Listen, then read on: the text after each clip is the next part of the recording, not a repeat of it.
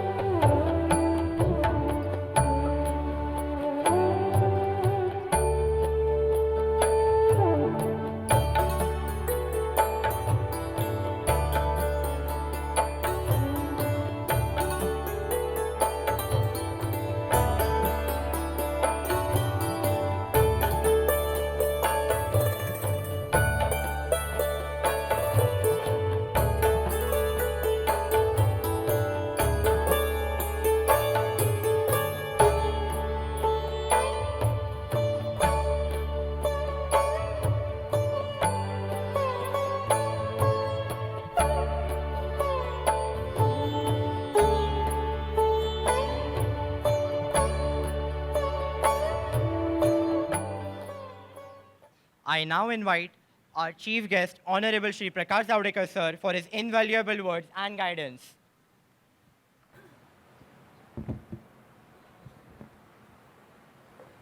बोलो भारत माता की। पहले तो खुशबूदार शुरुआत है। पुणे में 2 दिन से ठंड आई है और बारिश से थोड़ी मुक्ति मिली है, तो मुझे लगता है कि ये ठंड भी बहुत अच्छी रहेगी।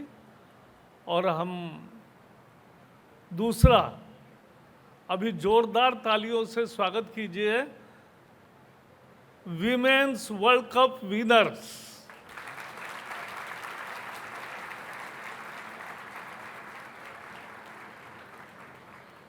देखो, किसी भी क्षेत्र में सक्सेस के लिए जो मेहनत करनी पड़ती है, जो डिसिप्लिन चाहिए, जो संयम चाहिए और जो एक पूरा फोकस चाहिए, उसी से सक्सेस मिलता है किसी भी क्षेत्र में। और इसलिए महिलाओं ने जिस तरह से काम किया और जो विजय भारत को दिलाया, ये एक बहुत बड़ी घटना है। 200 साल पहले महिलाएं सीखती भी नहीं थी। पुणे में ही महर्षि कर्वे और महात्मा फुले जी और सावित्रीबाई फुले, उन्होंने महिलाओं का शिक्षा शुरू की, तो उनको गालियाँ भी पड़ी, पत्थर भी पड़े, गोबर भी पड़ा। तो महिलाओं आज वहाँ से, मोदी जी का तो सपना है कि नारी शक्ति कैसी हो, तो आज फाइटर जेट भी चलाती है, फाइटर नौका भी चलाती है, सबमरीन भी चलाती है और सभी क्षेत्रों में आज महिलाओं का वर्चस्व है। हमारे देश के राष्ट्रपति भी द्रौपदी मुर्मू है। तो महिलाओं के ये खेल का जितना सबने देखा, ये रिकॉर्ड हो गया इस बार। 36 crore people watch it online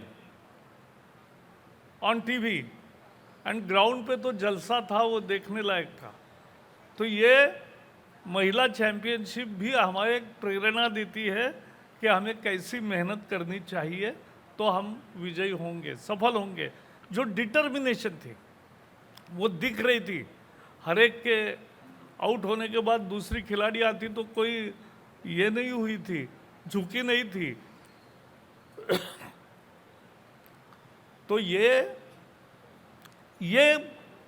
Bharat का विशेष है। और महिलाओं की दो विशेषताएं हैं, पुरुष मुझे माफ करें लेकिन समझने की जरूरत है।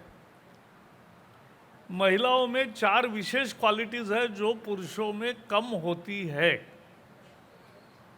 महिलाओं में care, compassion, consistency and courage, ये सबसे ज़्यादा होता है, ये मेरा अनुभव है। और इसलिए this is our asset. 50% workforce पानी, ये खींचता है आवाज।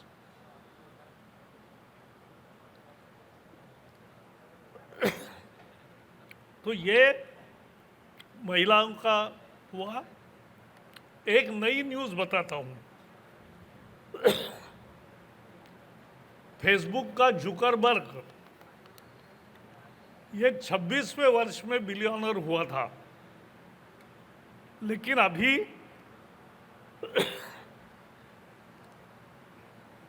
22 साल के 3 लड़के कैलिफोर्निया में बिलियनर बन गए। 22 साल। आप में से भी बहुत लोग 22 साल के होंगे। और नाम सुनिए, आदर्श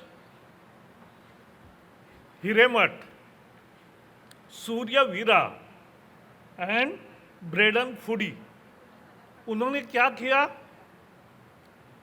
उन्होंने मरकर करके एक कंपनी निकाली। एक तरह से रिक्रूटमेंट एजेंसी बहुत है, लेकिन रिक्रूटमेंट के लिए एक प्लेटफॉर्म तैयार किया मरकर ने, और दुनिया की सारी बड़ी कंपनियां उनसे लेने लगी, क्योंकि स्किल सेट्स उन्होंने करेक्ट चूज किए, बहुत फिल्टर लगाए और सही लोग दे रहे जहां उनको ज़रूरत है वहाँ।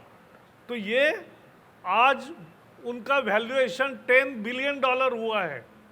और ये 3 जो लड़के हैं 22 साल के, उनका आज stake share value $2 billion each है, यानी 15,000 करोड़ के मालिक आज वो 22 साल की उम्र में हो गए हैं। ये जो धामनकर जी कह रही थी थिंक बिग एक्ट बिग, वो उसी का नमूना है कि ये डिटर्मिनेशन से होता है। और वो किया उन्होंने, बहुत अच्छी नई टेक्नोलॉजी का उपयोग करके ये फिल्टर्स तैयार किए और उसका उपयोग हुआ। जैसे चित्रे जी ने उल्लेख किया कि वंदे भारत का, वंदे मातरम का आज 150वां साल शुरू हुआ है। ये पूरे साल भर चलेगा।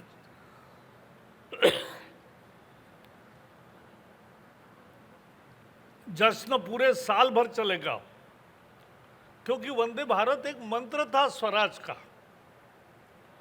चाहे क्रांतिकारी हो, चाहे शांतिपूर्ण सत्याग्रही हो, या चाहे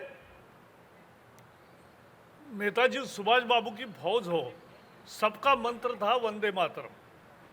और वंदे मातरम बंकिम चंद्र जी ने लिखा और रविंद्रनाथ टैगोर जी ने गाया। ये बहुत इम्पोर्टेंट है। तो ये वंदे भारत, वंदे मातरम, यह हमें बहुत जोर से इस देश में गूंज उठानी है एक साल भर के लिए। अभी भी कहेंगे हम एक बार जोरदार, वंदे वंदे। आखिर चार्टर्ड अकाउंटेंट आप सब हो रहे, अच्छी चीज है। और मैंने आपको क्षितिज दिखाए एट 22 बिलियन ईच। सो ये हो सकता है। चाहिए क्या? Ethical practice, faith in ethical practice, honesty.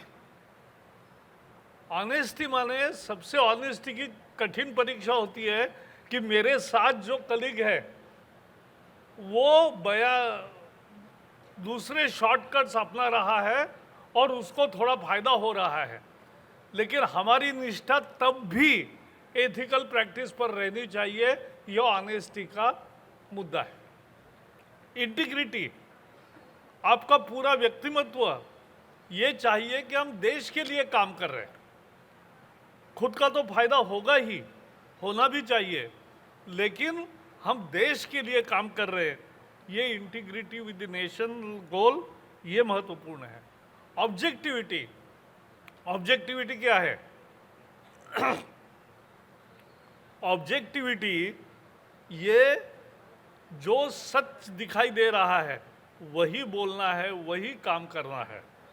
और कॉन्फिडेंशियलिटी, वो तो अपना धर्म है कि जिसका इसका काम किया तो उसको नहीं बताऊंगा, तो ये करना चाहिए। प्रोफेशनल कॉम्पिटेंस चाहिए और प्रोफेशनल बिहेवियर चाहिए।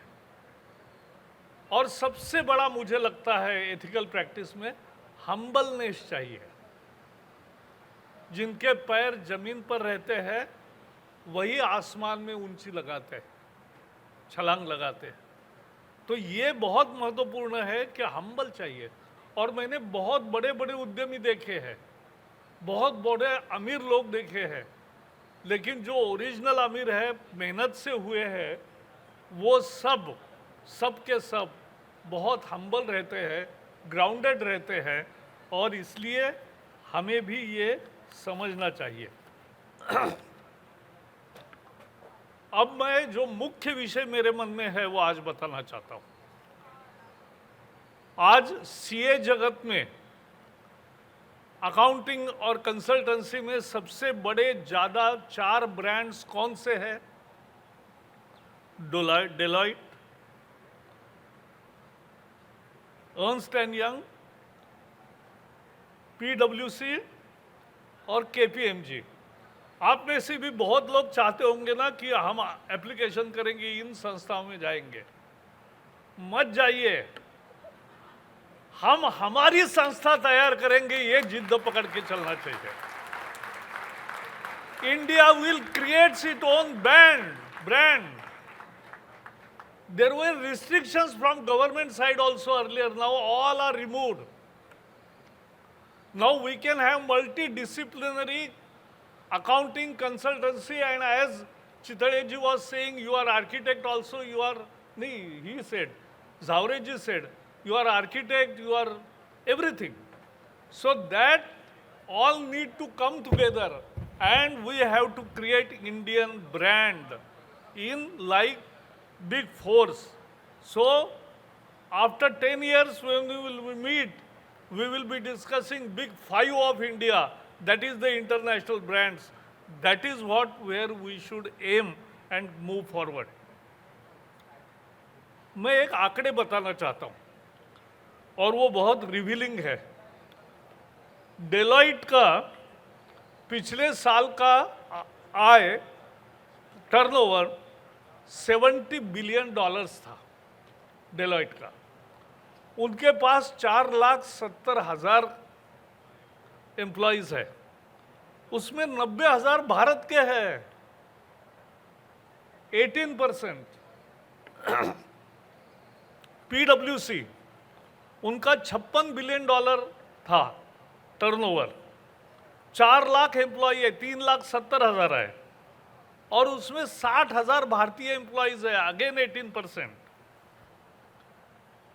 अर्नस्ट एंड यंग्स, उनका टर्नओवर है $53 बिलियन, 4 लाख एम्प्लॉइज है, 60,000 भारत के हैं, 15% है। और 38 केपीएमजी $38 बिलियन का कारोबार है, 2,75,000 कर्मचारी है, और उसमें 30,000 आज है और 20,000 इंडिया में खास रिक्रूट कर रहे हैं, 50,000 केपीएमजी में होंगे।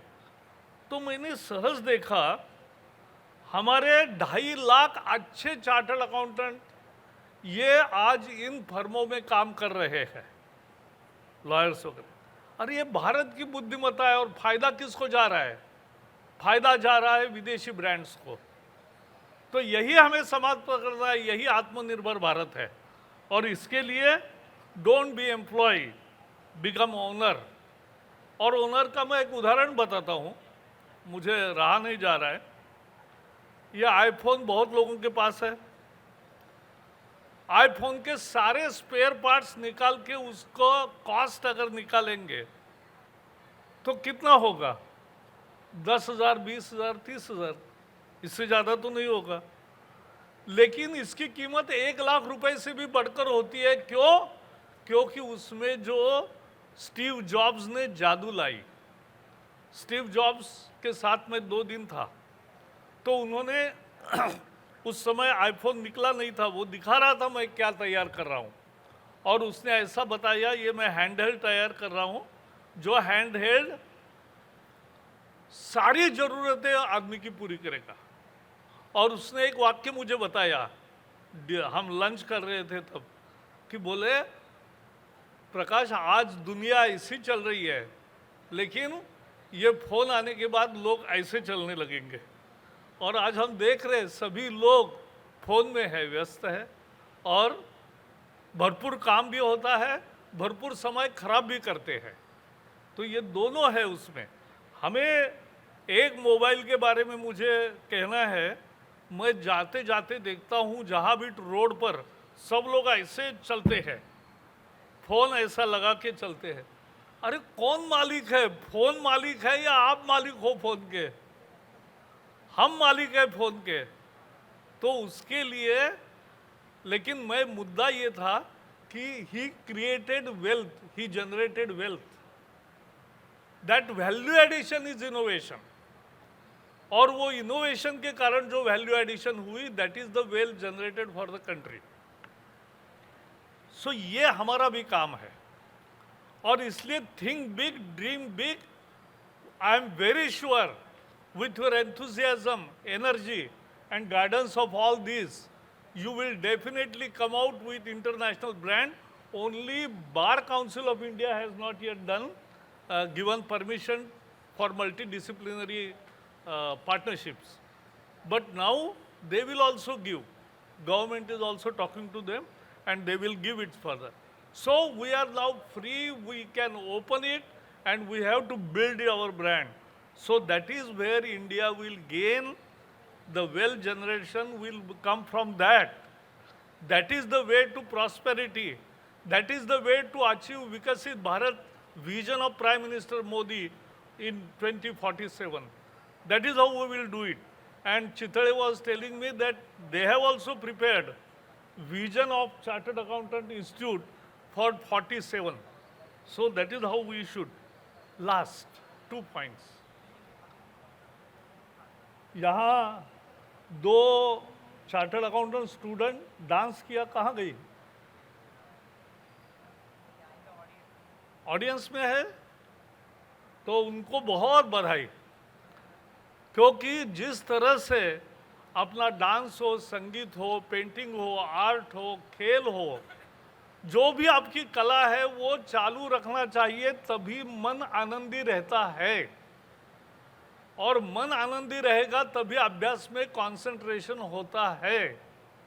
और इसलिए कंसंट्रेशन के लिए भी केवल किताबों में ही बैठे यह अध्ययन नहीं है, अध्ययन समझ के करना चाहिए। 3 इडियट सबने देखा? 3 इडियट देखा कि नहीं देखा? तो देखा तो उसका मंत्र एक ही है कि 3 इडियट में वो बताता है कि दिल से सीखो, समझ के सीखो। समझ के सीखा तो रट्टा नहीं लगाना पड़ता। तो यही सीक्रेट है, और इसलिए हमारे जो हॉबीज़ है, जो धामनकर जी मैडम ने भी कहा, जो हॉबीज़ है वो भी जतन करने चाहिए। That builds us. Last point, curiosity. After chartered accountant you can stop learning. Now in the age of AI, you have to learn, relearn, skill, reskill. Every day we have to learn more. I also learn more every day. And I see Zavre ji also and all our colleagues in their industries also and in their businesses also, they are learning every day. Otherwise they won't survive.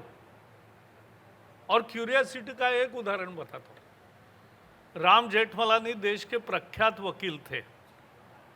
Ram Jethmalani 99 year में गुजर गए। उनके स्मृति में एक व्याख्यानमाला उनके घर वालों ने तैयार करी। उसमें फली नरीमन जज जो थे, एक्स जज, वो भाषण के लिए आए थे। उन्होंने एक प्रसंग बताया कि 2 साल पहले, यानी जब 97 के थे राम जेठमलानी, तो वो स्टेज पर थे, ये भाषण दे रहे थे एक विषय पे, और उन्होंने 2 संस्कृत श्लोक कहे।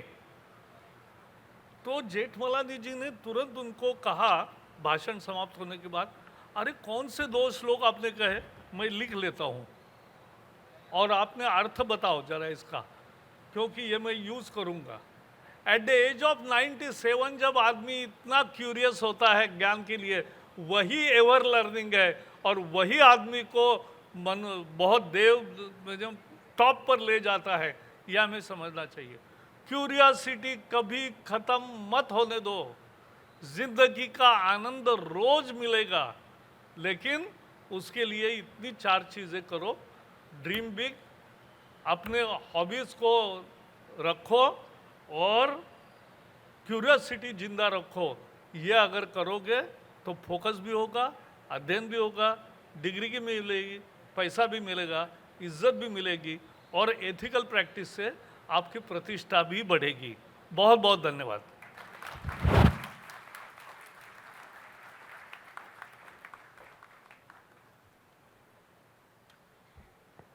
I would now like to hand over the mic to Mr. Shreyash Navle, Vice Chairman of Pune Vikasa of ICAI, to deliver the vote of thanks. Please welcome him with round of applause.